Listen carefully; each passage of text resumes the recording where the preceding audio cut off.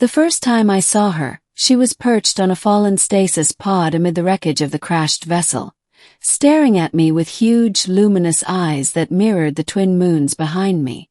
The forest clearing still smoked from the impact.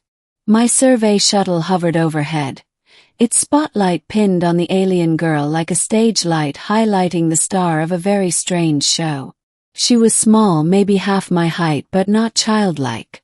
Her slender limbs were banded with faint, bioluminescent stripes that pulsed softly, like a heartbeat made visible. Shimmering silver hair tumbled down her back in a weightless, floating way, as if gravity only applied to her when she allowed it. When I stepped forward, she flinched, baring pointed teeth. Not aggressive, more like a frightened woodland creature that wanted to warn me she was dangerous if cornered. "I'm not going to hurt you," I said, palms out. She hissed something melodic and sharp, a language like chimes scattered in a storm. My translator cuff struggled with it, processing impulses. Then, suddenly, the cuff beeped and gave a loose, stuttering translation. "I am not your pet." Even in the chaos, it startled a laugh out of me. "Good. I don't keep aliens as pets." She looked unconvinced, clutching her knees to her chest. The glowing stripes on her arms dimmed to a faint, anxious throb. Behind us, the broken starship groaned under shifting metal. I approached slowly, wary of both her fear and the unstable wreckage. "Look, this ship is going to implode any minute. If you stay here, you'll die." Her translator pinged again. "Death is circle. Circle is return." "Yeah, well, my circle involves not leaving you to explode."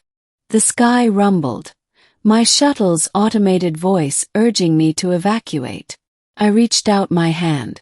She hesitated only a moment before placing her cool, three-fingered hand in mine. And that's how I met Isla. She stayed silent through the flight back to my outpost, curled like a wary cat in the corner of the passenger cabin. Every time I glanced her way, she stared back as though analyzing whether I would try to cage her. I didn't blame her. Humans weren't exactly universally trustworthy across the galaxy.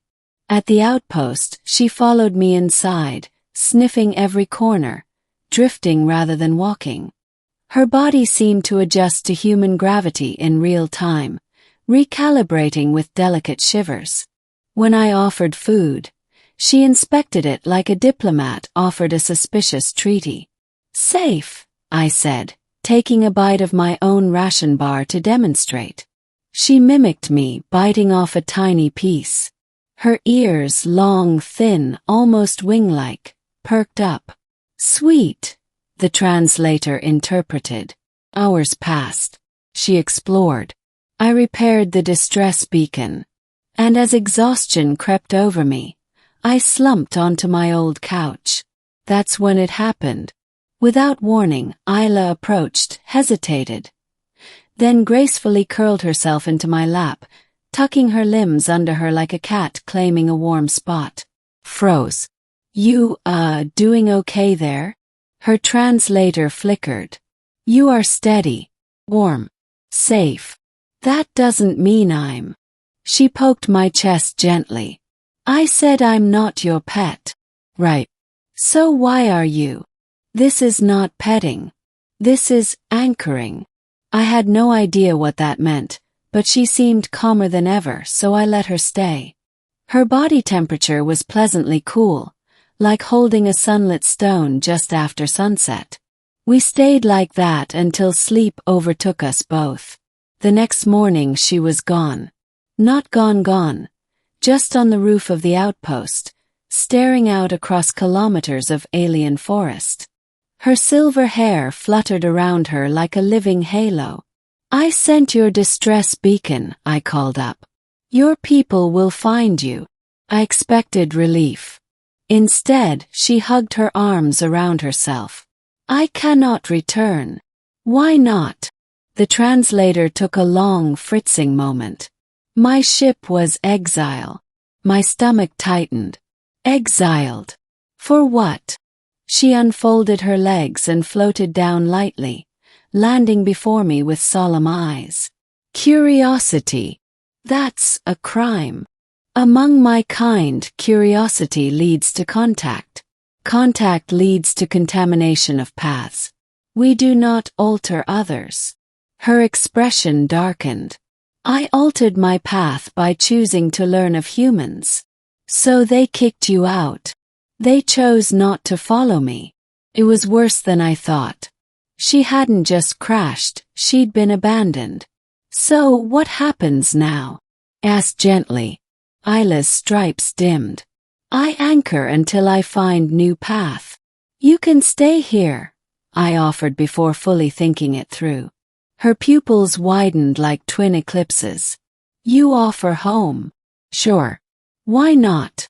She blinked, then slowly curled into my lap again, right there in the dirt outside the outpost, like settling into the one place in the universe that still made sense. This means I accept. Accept what? Bond. I nearly choked. Bond. Like friendship, right? The translator hummed. Friend. Protector. Companion. Shared direction. That's a lot for one lapsit. She smiled, at least I thought it was a smile. Her teeth were a bit intimidating. Humans need clearer words. Days passed. Then weeks. Isla learned human language with stunning speed. She followed me on surveys, helped repair broken drones, and seemed endlessly fascinated by my tools. Sometimes she drifted around the outpost, leaving soft trails of light across the floor. Other times she curled beside me while I worked, humming strange tunes that calmed my nerves. But there was always a shadow behind her brightness, a fear that her people might return. One night alarms blared. Incoming vessel. Isla stood rigid, her glowing markings flickering with distress. They are here. I stepped beside her. We don't know that. But I did know. A ship of identical design broke the clouds. It hovered silently before descending in a smooth, predatory arc. The hatch opened. Tall figures emerged, their eyes hard, their movements synchronized. Their leader spoke, voice echoing through a device shaped like a tuning fork. My translator cuff stuttered and finally formed meaning. Return the exile. Ella trembled. They will unmake my path. Erase what I learned. I stepped forward. She stays with me. The alien leader tilted his head. Human. You misunderstand your place. But Isla moved between us, her glow flaring bright. My place is chosen, not assigned. Something shifted. The leader paused, measuring her with cold, mercurial eyes. You defy the circle. I walk my own, Isla said. Silence. Then the leader turned. The others followed. They boarded without another word. Within moments, the ship lifted and vanished into the sky. I exhaled shakily. Did that work? Isla collapsed into my arms, trembling with relief. Path is mine now. Good, I whispered, holding her close. You're safe. Then, with a soft sigh, she curled into my lap yet again, this time not out of fear, but out of certainty. I said I'm not your pet, she murmured. I know, I replied. But you are my anchor. And as her glow warmed the night, I realized something. She was mine too, not as a possession, but as a chosen companion in the vast, unpredictable galaxy. Path shared. A bond accepted. And neither of us would walk it alone again.